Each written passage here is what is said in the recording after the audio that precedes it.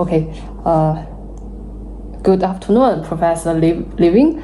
Thank you for taking the time to speak with me. I am so excited to talk to you, and I will introduce myself from the following 4 aspects.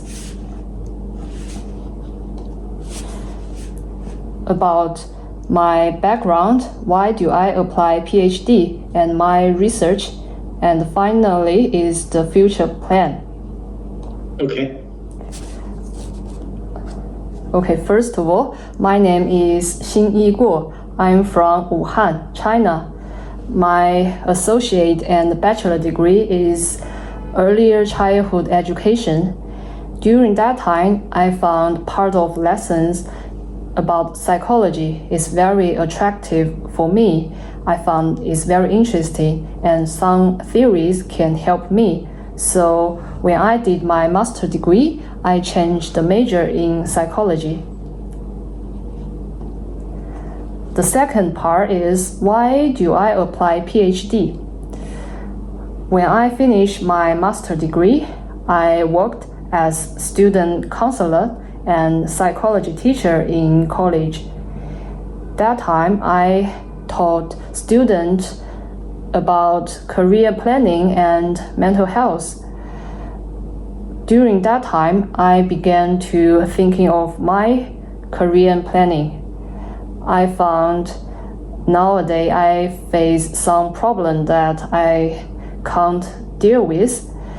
For example, nowadays in China, mental issue is more often happened in teenager or adult, but our government focusing our economy development, they not pay many attention in psychology mental to care about human mental health.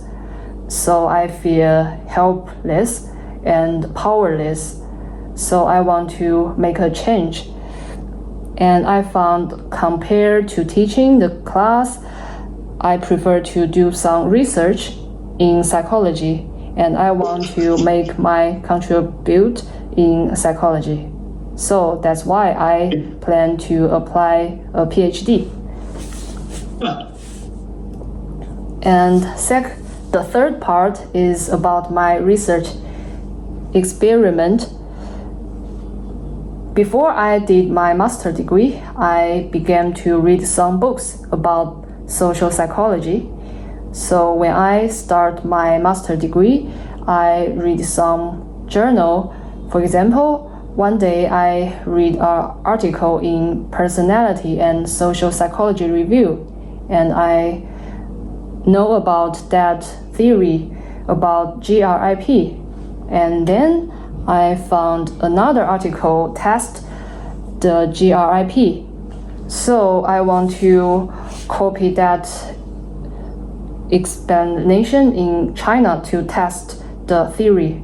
So I apt and extend the examination and apply it in Chinese university student to provide a cross-cultural sample of the model. Yeah, and my research and serve is basic on previous research, and in my research I found in stranger helping contest, helping attitude, subjective norm, and self-efficiency play a complete meditating role between helping type and helping intention. Apart from that, there are 3 other conclusions when I did my research.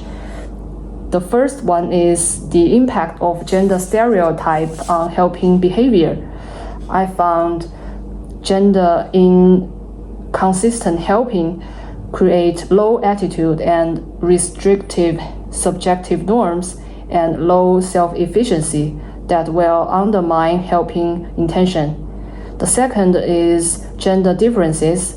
I found when men faces the gender consistent helping situation, they will the attitude and subjective norm and self-efficiency were more higher than women.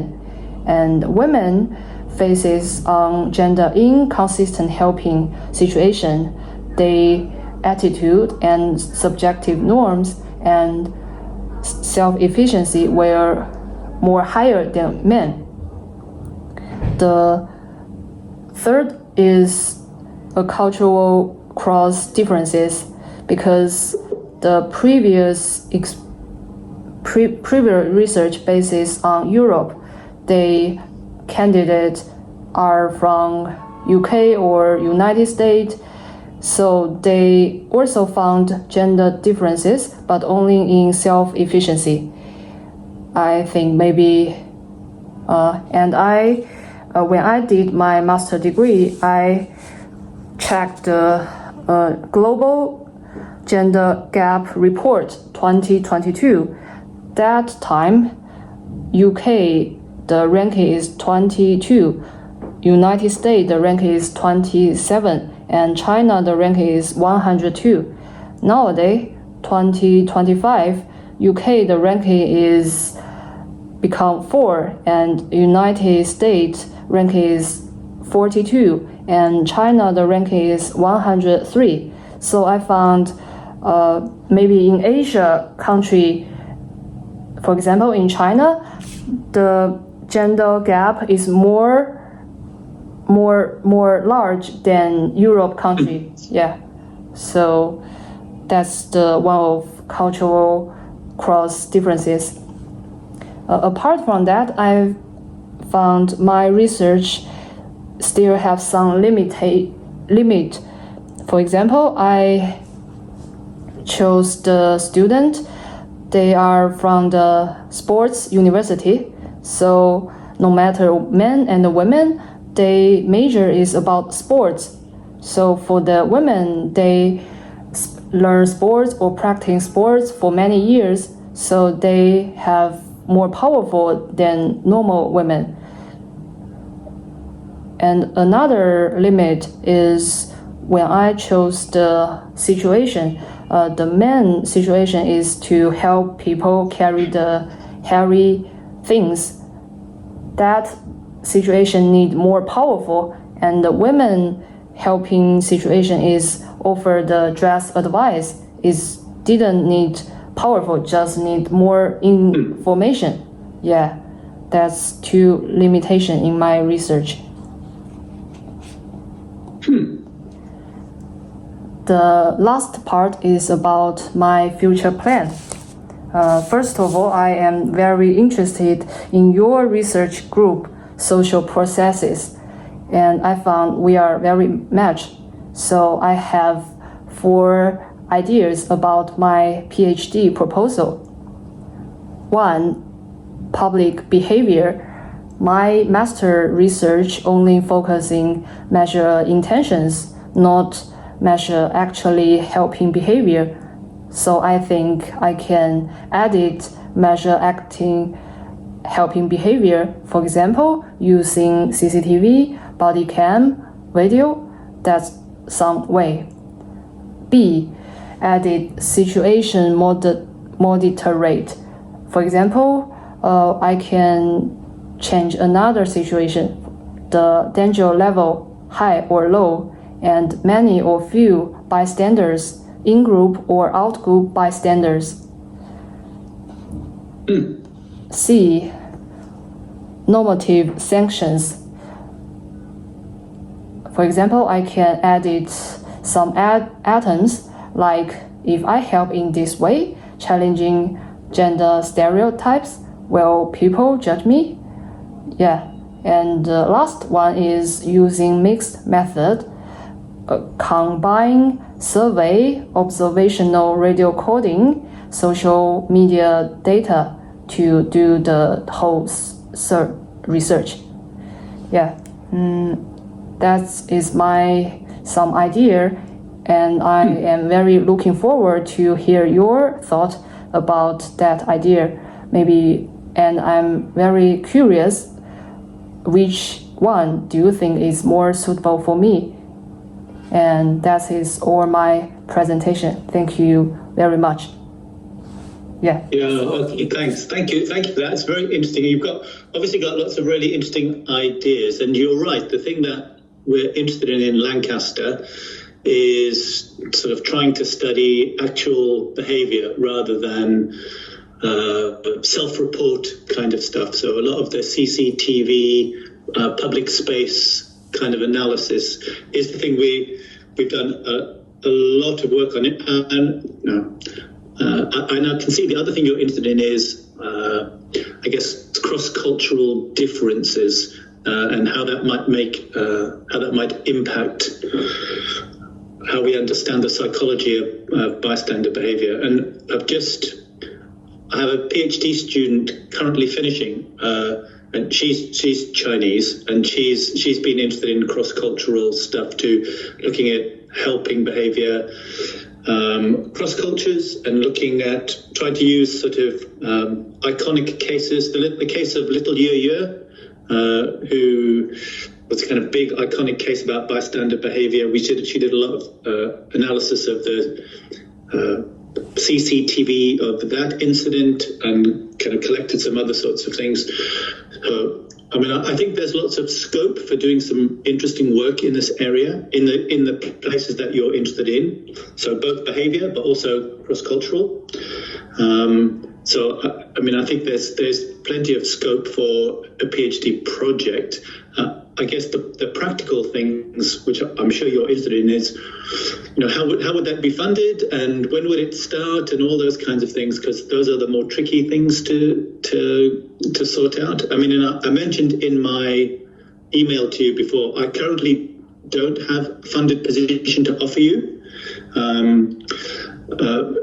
They do come up every year. There are some competitions in the university that can be applied for, but that wouldn't be in time for this year, because our academic year in the UK starts now in October. So I was wondering whether you could say a bit more about, kind of what your thoughts would be. I can see you're very enthusiastic, but I guess there's lots of practical difficulties that need to be overcome before it would be possible for you to do a PhD. What are your thoughts about that? Pardon?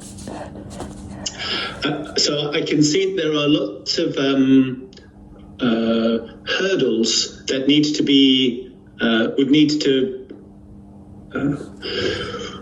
you would need to secure, I guess, a scholarship, right, and funding and all that kind of stuff in order to be able to do a PhD. Yeah. What opportunities are open to you as you understand it, given that I currently in my university do not have a scholarship to offer you? Oh, you mean your currency, you don't have fund and don't have scholarship to offer me? Yes, not currently. Oh, not currently. That means maybe next year? It's possible, yes. So the scholarship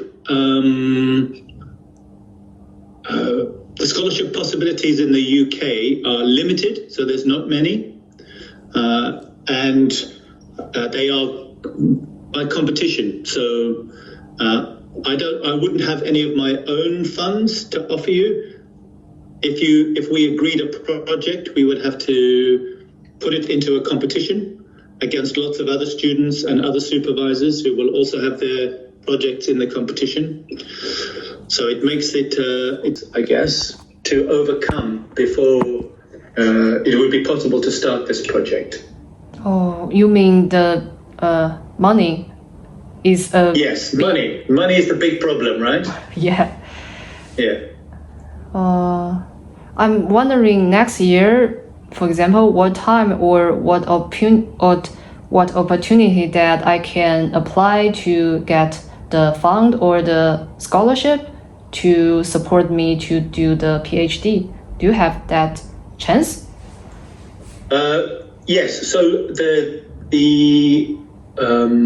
timing of the scholarship funds is normally in January of of next year, that's normally the time when these opportunities become available. The difficulty that you will face is most of the scholarships in the UK only pay for the fees for home students. And the fees for home students is much less than the fees for overseas students. Oh. Oh, yeah, I can understand. Okay. Yes. So that's one. So, and it's sometimes possible to find a PhD opportunities that will cover the fees for overseas students, but that's even more tricky in terms of the kind of scholarship opportunities. Oh. So. Okay, so you mean January they will have some opportunity, but most of only from the UK student, not or the international student. Is that your meaning? Yes, that's normally what happens. So, but sometimes it's possible to find an opportunity that will pay fees for overseas students too. Oh. But that's very it's much more difficult in terms of the number of opportunities and the competition. So but yeah, so I think the thing to do maybe is to think about January as the chance to begin trying to find opportunities, and you can get back in contact with me then, and hopefully I will know then which competitions have been opened, and I can tell you a bit more about that. I don't know whether there are any other scholarship opportunities on your side. So I've supervised students in the past that have got scholarships from Chinese funding places to come to the UK. So I don't know whether you've looked at any of those. Oh, so you mean your last student, she also from China, and she applied the scholarship in China, not UK. Yes, and then could come this way with it. So I mean I don't know what opportunities there are, but that's one possibility to look at. So what I will do is I will keep looking for the timetable for scholarship funding here in Lancaster, and if you recontact me maybe in December or early in January and see if I know of any more information, then at that stage we can talk about what a PhD project proposal might look like. Does that sound okay? Yeah. Yeah? Okay. Let's leave it like that then, because we can work on the specifics of the proposal for a PhD once we know whether there's a funding opportunity. That will be the key. Money is the key, right? So if we can find money, then we can work on what the project will look like. Okay. So you mean next year or this year, December, when you know some information, you will tell me and I will try my best to apply if it's successful, and that means I can we can talk about further. Is that your meaning? Yes, that's my meaning. Yes, exactly right. Oh, okay. Okay. Yeah, I have a question. Sure. What's the way to apply the scholarship in UK? For example, to test or to apply my things, or which way to select student to? It's a good question. So in the system here in Lancaster in the UK, yeah, we would need to write a PhD proposal. So that would mean we'd have to specify what the question was, what the methods were, what the outcomes would be, and so on. That's short, maybe 2 or 3 pages of a proposal, and then you would include your CV. So you'd have your CV and your PhD proposal, and then we submit that to the funding body, and then it goes into a competition with lots of other people, and then there is a panel that makes a decision. So it's not by test, it's by the nature of the proposal, and it is reviewed by the selection panel. Oh, that means when the funding is open, I will prepare my CV and PhD proposal and then wait it. Yes, that's exactly how it goes. Okay, I know. Yeah. Okay, so let us speak again in December time when the new round opens, and then we can see what opportunities are possible, and then we can make a decision from there. Okay, thank you very much. Okay, good. All right, it's nice to chat. Have a good rest of the week, and we can speak in December. Okay, so okay. You mean if you know some information, you will tell me the first? If I know some information, I will tell you for sure, but you should, in any event, when it comes to January, because I know that the new rounds will open in January, you should be in touch with me again. If I hear anything before that, I will contact you. Otherwise, you write to me in January and say, do I know whether any of what opportunities might be coming available? And then we can start from there. Okay, thank you very much. Yeah. Nice to meet you. And nice to meet you too. See you later. Yeah. Have a good week. Bye. Bye.